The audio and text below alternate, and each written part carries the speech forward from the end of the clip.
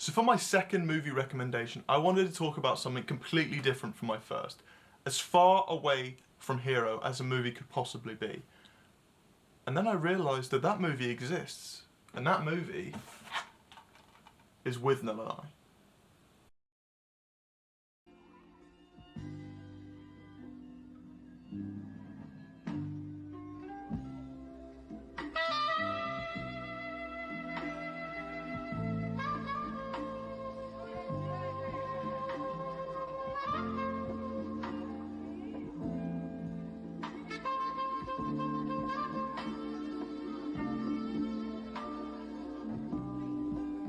Where Hero was all about the beautiful look of the film and the colours, this movie is grimy and completely drained of colour.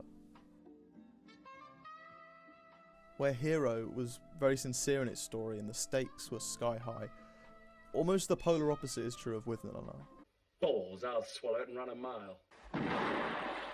Where Hero was a blockbuster movie with huge set pieces, hundreds of extras and a $30 million budget, almost a display of pure excess, Withnail is grounded in the grim realities of life, with only 7 or 8 sets and a small £1.1 million budget. This was small even for the time, so much so that the writer-director Bruce Robinson actually put £30,000 of his own money into filming scenes that the production company refused to increase the budget for.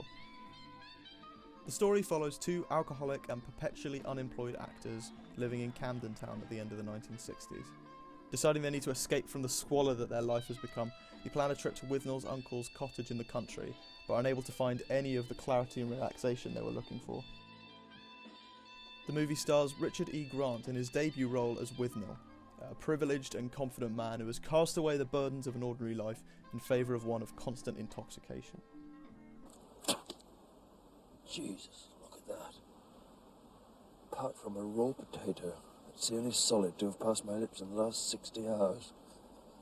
I must be ill.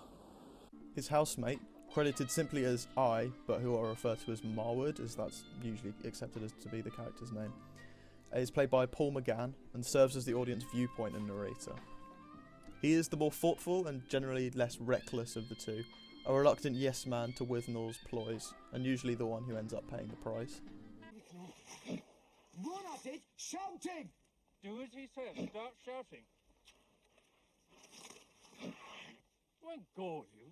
A coward you are, Withnail! An expert on bulls you are not!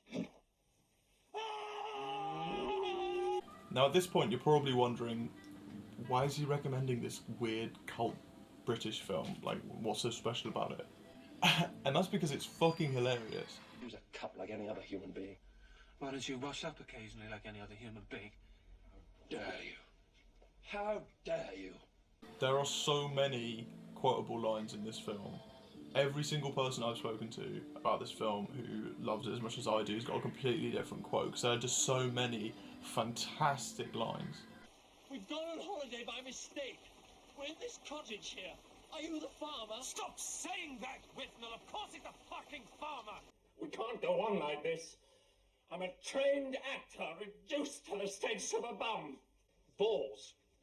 We want the finest wines available to humanity. We want them here, and we want them now. What makes the quotes in this movie so fantastic and so funny is the language with which they are written. The characters are artists and are well read in literature and poetry, and this learning is so embedded into the characters that it controls the way they communicate and the end result of these fantastically articulate lines. I could hardly piss straight with fear. He was a man with 3/4 of an inch of brain who'd taken a dislike to me. What have I done to offend him? I don't consciously offend big men like this. This one has a definite imbalance of hormone in him. Getting him more masculine than him, he'd have to live up a tree. I fucked asses. Who fucks asses? Maybe he fucks asses. Maybe he's written this in some moment of drunken sincerity. I'm in considerable danger in here. I must get out of here at once. If I see that silage heap hanging about up here, I'll take the bastard axe to him! Bastards! You all suffer! I'll show the lot of you! I'm gonna be a star!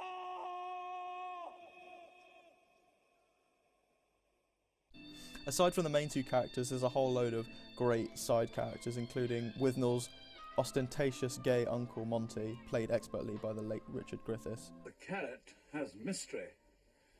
Flowers are essentially tarts, prostitutes for the bees. Danny, the profoundly stupid or stupidly profound drug dealer. All hairdressers are in the employment of the government. Hair are your aerials. They pick up signals from the cosmos and transmit them directly into the brain. This is the reason bald-headed men are uptight. What absolute twaddle. And this random black guy who just shows up in their bath towards the end. Quite famously, there's a drinking game associated with this film, and I'm just going to read for you what the drinking game is because it's fucking ridiculous.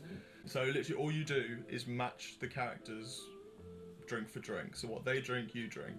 So in the 107-minute running time, you'd be drinking 9.5 glasses of red wine, half a pint of cider, half a pint of ale, 2.5 shots of gin, 6 glasses of sherry, 13 glasses of whiskey, and a shot of lighter fluid.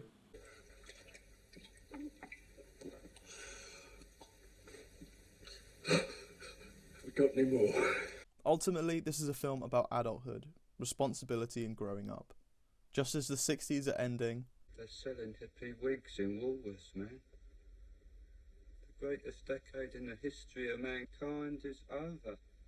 the hopeful dream that the 60s offered is nearly over. London is a country coming down from its trip. We are 91 days from the end of this decade and there's going to be a lot of refugees.